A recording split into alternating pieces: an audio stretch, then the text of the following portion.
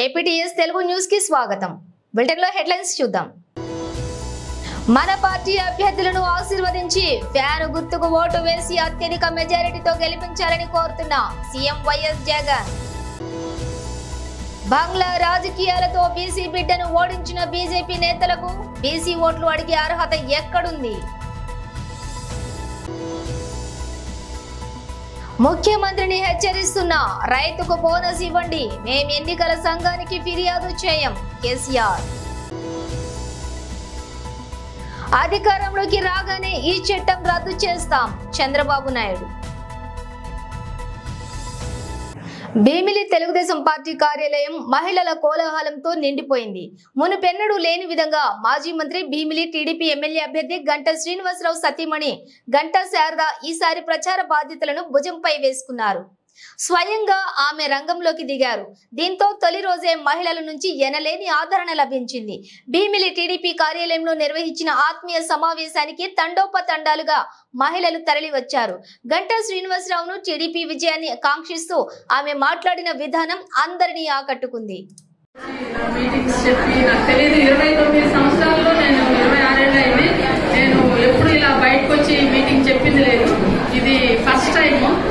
ఎప్పుడైతే భీమిలి అనౌన్స్ చేశారో ఆ రోజు నేను అన్నాను అనమాట, లేదు ఇలా మనం ఒకసారి భీమిలి లేడీస్ అందరిని పిలిచి ఇక్కడ మీటింగ్ పెట్టుకున్నామని. సో లీలా ఇలా అరేంజ్ చేశారు. నాకు అసలు మిమ్మల్ని చూస్తే నాకు ఫస్ట్ ఏం మాట్లాడాలో తెలియట్లేదు. ఎందుకంటే ఇంత అభిమానం మనుషుల్లో అంటే చెప్పుకోవడం, నేను వీడియో చూడడం ఇవే చూసాను, కానీ నిజంగా అయితే లైవ్ నేను ఈ రోజే చూస్తున్నాను. నేను ఎప్పుడు బయట వచ్చి చూడలేదు, నాకు తెలియదు కూడా. ఈ రోజు అసలు నాకు ఏం మాట్లాడాలో కూడా తెలియట్లేదు. మీరు ఎక్కడో ఒంగోలు నుంచి వచ్చి ఇక్కడ స్థిరపడ్డారు, అయినా ఇంత మంచిదని ఆయన సంపాదించుకున్నారంటే నిజంగా హ్యాట్స్ ఆఫ్ అండి. మీ అందరికీ మీ అభిమానానికి నాకు మాటలే రావట్లేదు, ఏం చెప్పాలో. అండి, మన తెలుగుదేశం టైంలో ఆయన పెట్టిన పథకాలు అవన్నీ మహిళలకి ఎంతో దోహదపడ్డాయి. ప్రతి ఇంట్లో మహిళ చదువుకొని ఒక ఉద్యోగం చేసుకొని సంపాదించిందంటే అది తెలుగుదేశం తెచ్చిన చంద్రబాబు నాయుడు గారి పథకాలను అవన్నీ మనం తెలుసుకొని ఈ రోజు ఆయన ప్రతి ఇంటికి జగన్ గారు డబ్బులు ఇస్తున్నారు. కానీ ఏదో మన వృధా భక్తిగా నెలకిందని మీ చేతుల్లో పెడుతున్నారు. కానీ మీకు మహిళలకి ఎవ్వరికి ఒక సొంత సంపాదన, ఒక మంచి ఉద్యోగం అలాంటివి ఆయన ఏం ఏర్పాటు చేయలేకపోయారు. ఈ రోజు మన గంటా గారి గురించి చెప్పాలంటే ఆయన భీమిని చాలా అభివృద్ధి చేశారండి. మన అందరం కలిసి ఆయన గెలిపించుకొని మంచి మంచి ప్రాజెక్టులు తెచ్చుకొని రాష్ట్రంలోనే భీమిని ఒక మోడల్ తయారు చేసుకొని మీ పిల్లలకి మీకు మంచి ఇది జరిగేలాగా మనం చేసుకున్నామని మనం చేసుకున్నాను. నాకు ఇది ఫస్ట్ టైం చాలా టెన్షన్ గా ఉంది.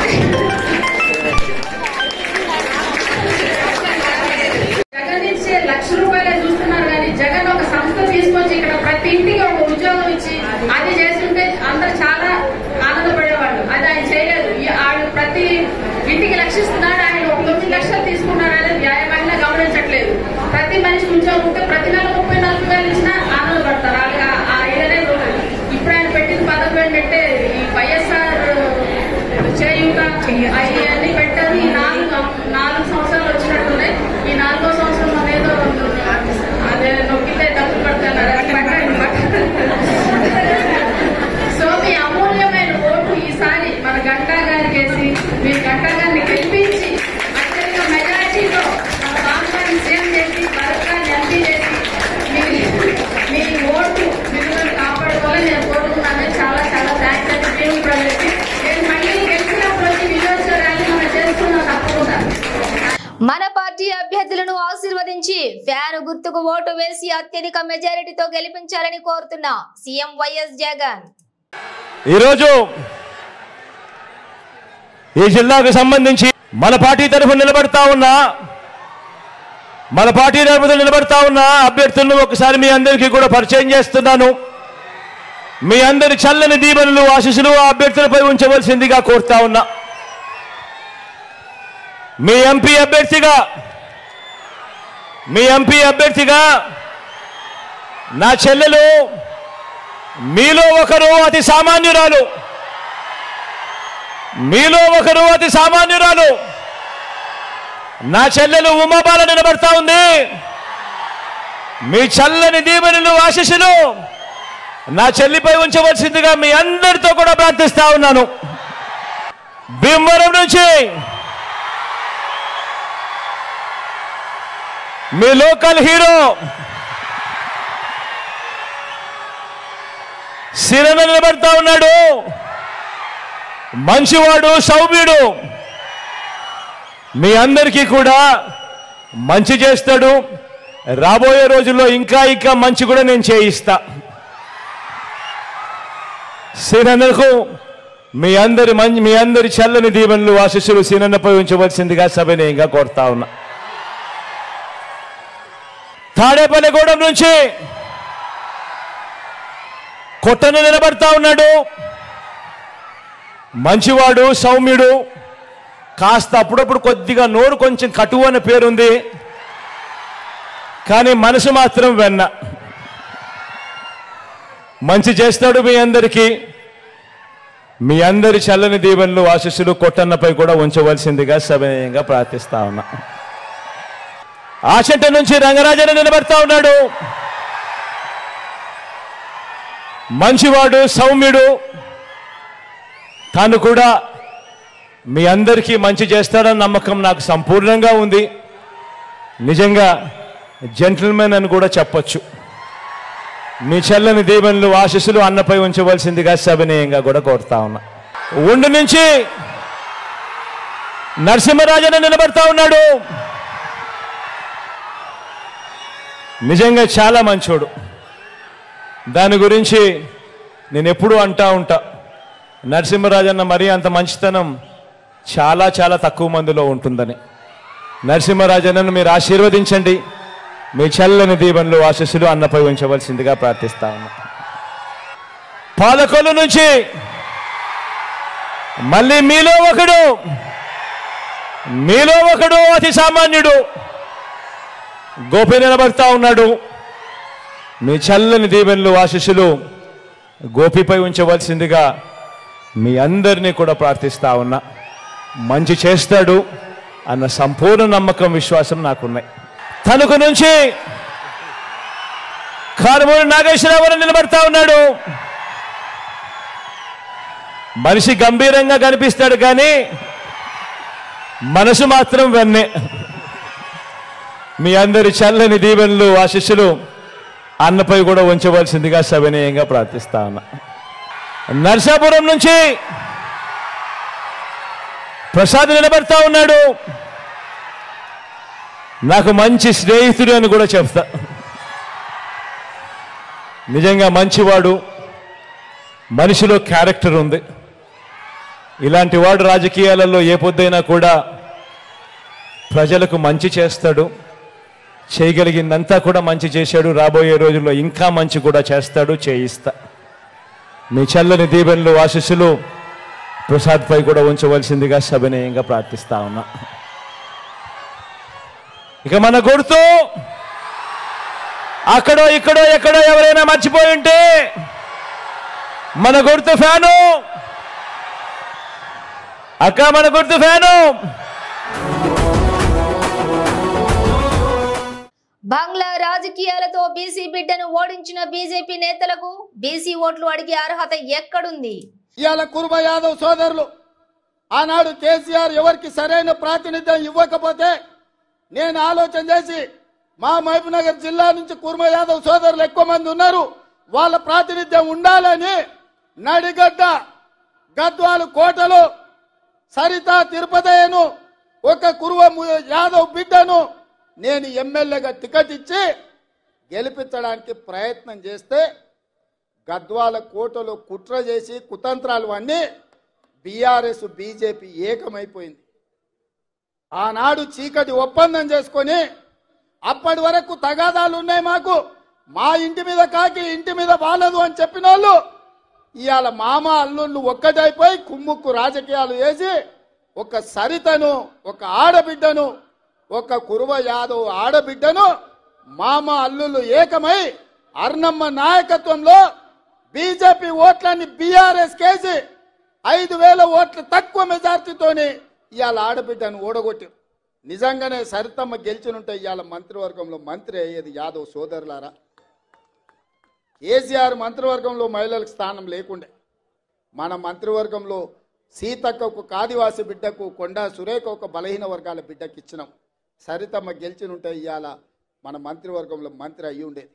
అంటే ఎన్నికలు వచ్చినప్పుడు పేదోళ్ళని గెలవాల్సినప్పుడు పేదలకు న్యాయం చేయాలని కాంగ్రెస్ అనుకున్నప్పుడు బంగ్లా రాజకీయాలు, కుమ్ముక్కు రాజకీయాలు, అర్ణమ్మ దివాళాకు రాజకీయాలు ఎట్లుంటాయో ఇవాళ కుర్మ యాదవ్ సోదరులారా మీరు ఆలోచన చెయ్యండి. అందుకే ఇక్కడ అన్యాయం జరిగిందని అనిల్ కుమార్ యాదవ్ను హేమీలు ఉద్దండులు యోధులు ఉన్న వాళ్ళని కాదని రాజ్యసభలో మీ యాదవ్ బిడ్డను అనిల్ కుమార్ యాదవ్ను రాజ్యసభలో 10 పైసలు ఖర్చు లేకుంటే నామినేషన్ కు 10,000 కూడా పార్టీ కట్టి ఇవాళ 200-300 కోట్లు ఖర్చు పెట్టిన రాని ఎంపీ పదవి ఇవాళ యాదవ్ల బిడ్డకు కాంగ్రెస్ పార్టీ ఇచ్చింది. ఈ అన్ని జరిగినాయంటే ఒక రజక ఈర్లపల్లి శంకర్ ఎమ్మెల్యే అయిందన్నా, ఒక ముదిరాజు బిడ్డ శ్రీహరి ఎమ్మెల్యే అయిందన్నా, ఒక సరితమ్మకు యాదవ్ బిడ్డకు ఎమ్మెల్యే టికెట్ వచ్చిందన్నా, ఒక అనిల్ కుమార్ యాదవ్ ఇవాళ రాజ్యసభ సభ్యుడైందన్నా, ఒక మాదిగ బిడ్డ సంపత్ కుమార్ ఏఐసిసి సెక్రటరీ అయిందన్నా, మహబూబ్నగర్ పార్లమెంట్కి ఇన్ఛార్జిగా ఇవాళ నేను ఎక్కడ నాయకత్వం వహిస్తున్నానో అక్కడ నాయకుడిగా ఇవాళ నాయకత్వం వహిస్తున్నాడంటే ఇవన్నీ సామాజిక వర్గాలకు కాంగ్రెస్ పార్టీ న్యాయం చేయాలని ఆలోచన చేసింది కాబట్టి ఇవన్నీ జరిగిన సోదరులారా. డీటెయిల్స్ చూస్తే నేను ముఖ్యమంత్రిని, రాష్ట్ర ప్రభుత్వాన్ని హెచ్చరిస్తున్నాను. బోనస్ పేరు మీద మీరు తప్పించుకోలేరు. దానికి ఎన్నికల కమిషన్ అడ్డురాదు. మేం కూడా మీపైన కంప్లైంట్ చేయబోం. ఏ రైతుకు ఎంత బాకీ ఉంటారో అంత బోనస్ చిట్టీలు రాసివ్వండి. ఎన్నికల సమయంలో బాండ్ రాసిచ్చారు కదా, అలా బాండ్ ఇచ్చినట్లుగా ఇవ్వండి. అలా కాదంటే ఎన్నికల తెల్లారి ఇవ్వండి. కానీ బోనస్ ఎగబెడతామంటే మాత్రం ఊరుకునేది లేదని ముఖ్యమంత్రి కేసీఆర్ హెచ్చరించారు. సంగారెడ్డి జిల్లా సుల్తాన్పూర్లోని ఏర్పాటు చేసినటువంటి సభలో కేసీఆర్ పాల్గొన్నారు. ఈ సందర్భంగా మాట్లాడుతూ మొన్నటి అసెంబ్లీ ఎన్నికల్లో మనం దెబ్బతిన్నామని కేసీఆర్ అన్నారు. మనం ఉన్నప్పుడు రైతులు ధీమాగా ఉండేవారన్నారు. రైతుల ఖాతాల్లో రైతు బంధులు పడేవని 24 గంటలు నీళ్లిచ్చామన్నారు. నేను కడుపులో పెట్టుకుని కాపాడిన రైతులు ఈ రోజు మాగమవుతున్నారన్నారు. పంట బోనస్ కు అందరం కలిసి కొట్లాడదామన్నారు. ఎన్ని మాటలు చెప్పానండి. కేసీఆర్ 1,00,000 రుణమాఫీ చేసిండు కదా, ఇక ఉరికి 2 లక్షలు తెచ్చుకోని చెప్పిండ్రా. డిసెంబర్ 9 నాడే మాఫీ చేస్తాం. ఎదురైన ఆడవిళ్ళకి 2,500 ఇస్తాం. ఎన్ని చెప్పిండ్రు? ఒక్క మాట అన్న ఖాయం ఉన్నదా? మరి ఏం జరగాలి ఇప్పుడు ఈ రాష్ట్రం ఇట్లే పోవన్నా? నేను 15 ఏళ్ళు కొట్లాడి సాగు నోట్ల తలకాయ పెట్టి సచ్చేదాకా తెగబడి ఈ రాష్ట్రం సాధించి 10 ఏళ్ళు బ్రహ్మాండంగా అన్ని రకాల ప్రజలను కడుపులో పెట్టుకుని సాదుకున్నాం. రైతు సోదరులను కళ్ళల్లో పెట్టుకొని కాపాడుకున్నాం. ఒక పాలసీ వ్యవసాయం ద్వారా రాష్ట్ర ఆదాయం పెంచాలని, రైతాంగాన్ని నిలబెట్టాలని అనేక మంచి స్కీములు పెట్టినాం. రైతు బందే ఏలటికి పూర్తి మందికి రాలే. పంటలు వచ్చినాయి, అవి కొనే దిక్కు లేదు. కనీసం మద్దతు ధర పోగా 500 బోనస్ ఇస్తామన్నారు. బోనస్ బోగసేనా? బోనస్ వసూలు చేయన్నా? ఈ ప్రభుత్వాన్ని మెడలు వంచానా? వంచాలంటే మేము కొట్టి వంచాం, మీ ఓటు ద్వారానే వంచాలి. సిద్దిపేట వాళ్ళు మంచి దారి చూపించిన హరీష్ నాయకత్వంలో పోస్ట్ కార్డుల ఉద్యమం చేస్తా ఉన్నారు. ఇవాళ ఇక్కడ సంగారెడ్డి ఈ వేదిక నుంచి నేను యావత్తు తెలంగాణ రైతాంగానికి పిలిపిస్తా ఉన్నా. 2 లక్షల రుణమాఫీ వెంటనే చేయాలని, ఎండిపోయిన పంటలకు 25,000 నష్టపరిహారం ఇవ్వాలని, ఎకరానికి బోనస్ ఖచ్చితంగా ఇవ్వాలని, వడ్లు వెంటనే కొనుగోలు చేయాలని రాష్ట్ర వ్యాప్తంగా రైతాంగం దయచేసి రేపటి నుంచే పోస్ట్ కార్డు ఉద్యమం మొదలు పెట్టాలని కూడా సిద్దిపేటను మార్గదర్శకంగా తీసుకొని చేయాలని నేను కోరుతా ఉన్నా. భూరక్షణ చట్టం అని ఒకటి తెచ్చాడు. ఆ చట్టం ప్రమాదకరమైనది. ఆ చట్టం వస్తే మీ భూమి మీ పేరు మీద ఉండదు. మీ భూమి వేరే వాళ్ళ పేరుతో రాసుకుంటారు. మేము అధికారంలోకి రాగానే ఈ చట్టం రద్దు చేస్తాం. ఇప్పుడే ఇట్లుంటే కొత్తగా ఒక యాక్ట్ తెచ్చాడు, భూ పరిరక్షణ చట్టం. అది వస్తే మీ భూమి మీ పేరుతో ఉండదు. జగన్మోహన్ రెడ్డి దగ్గర రికార్డులు ఉంటాయి. 90 రోజుల్లో నీ భూమి నీ పేరుతో ఉందో లేదో తెలుసుకోకపోతే తమ్ముడు తినదు. తెలుసుకోకపోతే ఆ భూమి ఇంక నీది కాదు. మళ్ళా కోర్టులు కూడా పోయే పని లేదు. జిల్లాకు ఒక కోర్టు ఉంటుంది. వీళ్ళందరూ చాలా భయంకరంగా కొత్త చట్టాన్ని తీసుకొచ్చారు. రైతుల భూములకి రక్షణ లేని పరిస్థితి తీసుకొచ్చారు. 10-1 ఉండదు, అడంగాలు ఉండదు, ఏ రికార్డు ఉండవు. వాడు రాసిందే లెక్క. జగన్మోహన్ రెడ్డి మీ తలరాత రాసే పరిస్థితి వస్తున్నాడు. ఇది వస్తే ఇంకా మీకు ఇంకెవరు ఈ రాష్ట్రంలో ఉండలేం. మన భూములు మన కాదు. ప్రత్యర్థుల్ని ఇంకేం చేస్తారో నాకే తెలియదు. మామూలు వాళ్ళు కూడా మనం బానిసలుగా బతికే పరిస్థితి వస్తుంది. ఇది చాలా ప్రమాదమైన యాక్టు. నేను ఒకటే చెప్తున్నా, నేను వస్తానే ఈ భూ పరిరక్షణ చట్టాన్ని అబాలిష్ చేసి మీ ఆస్తులు కాపాడే బాధ్యత మాది. ఎలక్షన్ కోడ్ ఉందని భద్రాచలం సీతారాముల వారి కళ్యాణం ప్రత్యక్ష ప్రసారాన్ని నిలిపివేసే కుట్ర చేస్తోంది కాంగ్రెస్ పార్టీ. ఆనాడు బీఆర్ఎస్ హయాంలో కేసీఆర్ ప్రభుత్వం రాముల వారికి ఆనవాయితీగా దక్కాల్సిన గౌరవాన్ని దూరం చేస్తే ఇప్పుడు కాంగ్రెస్ పార్టీ ఏకంగా రాముల వారిని భక్తులకు దూరం చేసే ప్రయత్నం చేస్తోంది. ఎంతకన్నా సిగ్గుమాలిన చర్య మరొకటి ఉంటుందా? రామ భక్తులు ఈ అవమానాన్ని ఎప్పటికీ మరువరు, గుర్తుంచుకోండి. భద్రాచలము శ్రీరాముడి యొక్క కళ్యాణ మహోత్సవాలను వీక్షించేదానికి రేవంత్ రెడ్డి గారు ఎలక్షన్ కమిషన్ భుజం మీద తుపాకీ పెట్టి కాల్చే ప్రయత్నం ఎన్ని చేసినప్పటికీ కూడా రాముడి కళ్యాణాన్ని ప్రపంచవ్యాప్తంగా నేరుగా తిలకించే అవకాశం లేకుండా ఈ ప్రభుత్వం ఏర్పడి మొదటి శ్రీరామనవమి పండుగ జరుపుతూ ఉంటే ఎన్నికల కోడ్ అనే నెపంతో ప్రత్యక్ష ప్రసారాన్ని నిలిపివేసేదానికి ఎన్ని కుట్రలు చేశారో, గతంలో కూడా ఎన్నికల కోడ్ ఉన్నప్పటికీ కూడా మరి ఆ భద్రాచలం శ్రీరాముడు దక్షిణాది మరి అయోధ్యగా పిలువబడేటువంటి ఆ రాముడి యొక్క మరి ఆ భక్తి ప్రవాసాన్ని ఈరోజు మొత్తం ఆ తిలకించే అవకాశాన్ని కోల్పోయేదానికి ఈ ప్రభుత్వం అంటే రాముడిని రాజకీయం చేసి రాముడిని కళ్యాణం కూడా చూడకుండా దానికి ఈ ప్రభుత్వం చేసిన కుట్రలు ఇవాళ పటాపంచలైనాయి. ఇవాళ బీజేపీ ప్రతినిధి బృందం ఎలక్షన్ కమిషన్ను వెంటనే విజ్ఞప్తి చేసి ఖచ్చితంగా ఢిల్లీ కూడా సంప్రదించి ఎలక్షన్ కమిషన్ ఆఫ్ ఇండియా మరి ప్రపంచవ్యాప్తంగా హిందువుల మనోభావాలు గాయపరిచే విధంగా తెలంగాణలో మాత్రమే ఈ నిలిపేసే విషయం ఏమాత్రం సమంజసం కాదు. అయోధ్యలో ఒక భవ్యమైన రామ మందిర నిర్మాణం అయిన తర్వాత అక్కడ నేరుగా మరి భక్తులు వీక్షించే ప్రసారం చేసే అవకాశం కల్పించినట్టు పరిస్థితి ఉంటే తెలంగాణలో ఎందుకు అడ్డుపడ్డదని.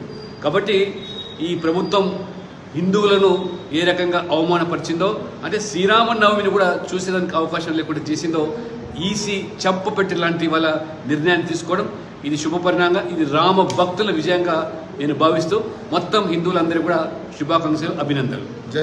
జపాన్ లో వేగానికి మారుపేరైన బుల్లెట్ రైళ్లు ఆలస్యం కావడం అరుదే. అందులోనూ రైళ్లలో పాముల బెడద వల్ల ఆలస్యం కావడం అనేది అత్యంత అరుదు. కానీ అలాంటి అరుదైన సందర్భమే తాజాగా ఎదురైంది. నగోయా నుంచి టోక్యో వెళ్లే బుల్లెట్ రైల్లో మంగళవారం సాయంత్రం ఓ పాము దూరడం ప్రయాణికుల్లోని కలకలం సృష్టించింది. రైల్లో ఓ 40 సెంటీమీటర్ల చిన్న పాము కదులుతుండడాన్ని ప్యాసింజర్ ఒకరు గమనించి వెంటనే భద్రతా సిబ్బందిని అప్రమత్తం చేశారు. దీంతో బుల్లెట్ రైలు 17 నిమిషాల పాటు నిలిచిపోయింది. ప్రయాణికులను మరో రైల్లోకి తరలించి గమ్యస్థానం చేర్చారు. అయితే రైల్లోకి ఆ పాము ఎలా వచ్చిందో తెలియలేదు. అలాగే ఆ పాము విషపూరితమైనదా కాదా అనేది కూడా వెంటనే తెలియరాలేదు. ఈ ఘటనలో అదృష్టవశాత్తు ప్రయాణికులు ఎవరూ గాయపడలేదని సెంట్రల్ జపాన్ రైల్వే కంపెనీ ప్రతినిధి ఒకరు తెలిపారు. జపాన్ రైల్వేస్ నిబంధనల ప్రకారం బుల్లెట్ రైళ్లలోకి ప్రయాణికులు చిన్న కుక్క పిల్లలు, పావురాలు లాంటి వాటిని తెచ్చుకోవచ్చు. కానీ పాములను తీసుకెళ్లేందుకు మాత్రం అనుమతి లేదు. రైళ్లలోకి పాములు దూరతాయని ఊహించడం కష్టమే. బుల్లెట్ రైళ్లలోకి పాములను తీసుకురాకూడదని నిబంధనలు కూడా స్పష్టం చేస్తున్నాయి. కానీ మేం ప్రయాణికుల బ్యాగులను తనిఖీ చేయం అని రైలు కంపెనీ ప్రతినిధి పేర్కొన్నారు. జపాన్ రైల్వేస్ 1964లో బుల్లెట్ రైలు సేవలు ప్రారంభించినప్పటి నుంచి ఇప్పటి వరకు ఒక్క ప్రమాదం లేదా మరణం కానీ సంభవించలేదు. ఈ రైళ్లు గంటకు 285 కిలోమీటర్ల వేగంతో దూసుకెళ్తాయి. ఈ రైళ్లు సగటు ఆలస్యం వ్యవధి కేవలం 0.2 నిమిషాలే. సిద్దిపేట జిల్లా గజ్వేల్లో కౌన్సిలర్ ఉప్పల మెట్టయ్య అలాగే స్వగృహంలోని మంగళవారం ఏర్పాటు చేసిన మీడియా సమావేశంలోని వారు మాట్లాడుతూ రాబోయే ఎంపీ ఎన్నికల్లో మెదక్ ఎంపీ అభ్యర్థిగా బీఆర్ఎస్ పార్టీ తరపున పోటీ చేస్తున్న వెంకటరామిరెడ్డి గెలుపు ఖాయమని, కాంగ్రెస్ బీజేపీ పార్టీలను ప్రజలు నమ్మే స్థితిలో లేరని, రాబోయే ఎన్నికల్లో బీఆర్ఎస్ పార్టీ అఖండ విజయం సాధిస్తుందని, గజ్వేల్ ప్రాంతం బీఆర్ఎస్ హయాంలో ఎంతో అభివృద్ధి చెందిందని, మెదక్ ఎంపీగా పోటీ చేస్తున్న బీఆర్ఎస్ పార్టీ అభ్యర్థి వెంకటరామిరెడ్డి మంచి అనుభవం ఉన్న వ్యక్తి అని, సొంత నిధులతో కూడా సేవ చేస్తా అంటూ మన ముందుకు వస్తున్న వెంకటరామిరెడ్డికి అండగా ఉండాలని, ఆర్యవేశీలు బీఆర్ఎస్ పార్టీ వైపే ఉన్నారని అన్నారు.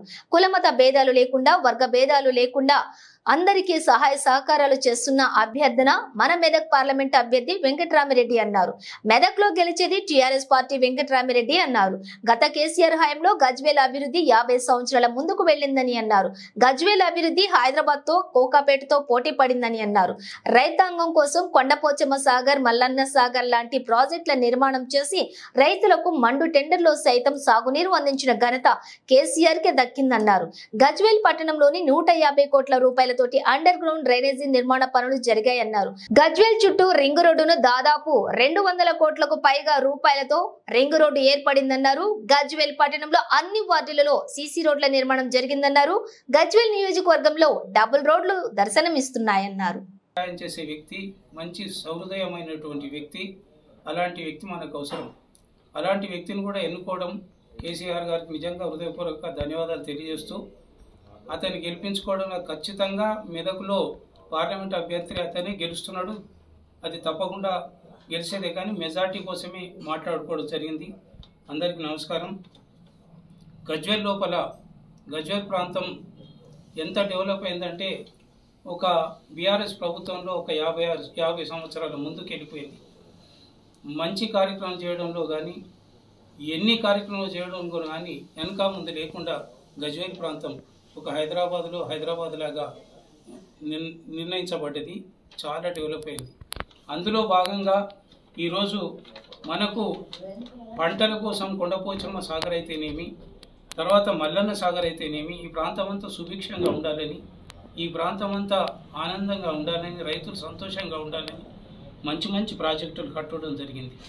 అలాగే చదువుకోవడానికి education hub, KG to PG వరకు ఒక మంచి ఎడ్యుకేషన్ హబ్. ఇందులో అన్నిట్లలో పాత్ర వెంకటరామిరెడ్డి పాత్ర ఉంది. ఇంకా భవిష్యత్తులో కూడా ఆయన సహాయ సహకారాలు మనకెంతో ఉండి, ఎంపీ అయిన తర్వాత కూడా ఎన్నో కార్యక్రమాలు చేసుకోవాల్సిన అవసరం మనకుంది కాబట్టి మీకు తెలియజేస్తున్నా. అలాగే చదువు విషయంలో గురుకుల పాఠశాల అయితేనేమి, ఎడ్యుకేషన్ హబ్ అయితేనేమి, KG to PG అయితేనేమి, ఇవన్నీ కార్యక్రమాలు అద్భుతంగా తీర్చుకోవడం జరిగింది. ఇక వ్యవసాయము, అక్కడ చదువు. ఇక ఏదన్నా మంచి కార్యక్రమం చేస్తుందాం అనుకుంటే మహతి ఆడిటోరియం, మంచి కార్యక్రమాలు, నృత్యాలు కానీ, మంచి కళా పోషణ కోసం కానీ, మంచి కార్యక్రమాల కోసం మహతి ఆడిటోరియం దగ్గర 20 కోట్ల రూపాయలతోటి తయారు చేసుకోవడం జరిగింది. అలాగే అన్ని ఆఫీసులు ఒక జాగాలో ఉండాలని, అందరికీ ఇబ్బంది కడకుండా ఒకటి ఆఫీసు IOC బిల్డింగ్ అద్భుతంగా నిర్ణయం చేసి అందరికీ అందుబాటులో ఉండేటట్టు చేయడం జరిగింది. గజ్వేల్ ప్రాంతంలో అర్బన్ అది దగ్గర ఒక 1000 ఎకరాలతోటి అర్బన్ ఒక పార్కును తయారు చేసి మధ్యాహ్నం కానీ అందరు కానీ అక్కడ ఆహ్లాదకరంగా ఉండేటట్టు చేయడానికి ఒక రోజు పడుతుంది గజ్వేల్ తిరగడానికి అన్ని సమయాలు. అలాగే పాండవుల చెరువు దగ్గర 15 కోట్ల రూపాయలతోటి అద్భుతంగా బులెటిన్ ముగించే ముందు హెడ్లైన్స్ మరోసారి. మన పార్టీ అభ్యర్థులను ఆశీర్వదించి ఫ్యాన్ గుర్తుకు ఓటు వేసి అత్యధిక మెజారిటీతో గెలిపించాలని కోరుతున్న సీఎం వైఎస్ జగన్. బంగ్లా రాజకీయాలతో బీసీ బిడ్డను ఓడించిన బీజేపీ నేతలకు బీసీ ఓట్లు అడిగే అర్హత ఎక్కడుంది? ముఖ్యమంత్రిని హెచ్చరిస్తున్న రైతుకు బోనస్ ఇవ్వండి, మేం ఎన్నికల సంఘానికి ఫిర్యాదు చేయం కేసీఆర్. అధికారంలోకి రాగానే ఈ చట్టం రద్దు చేస్తాం చంద్రబాబు నాయుడు.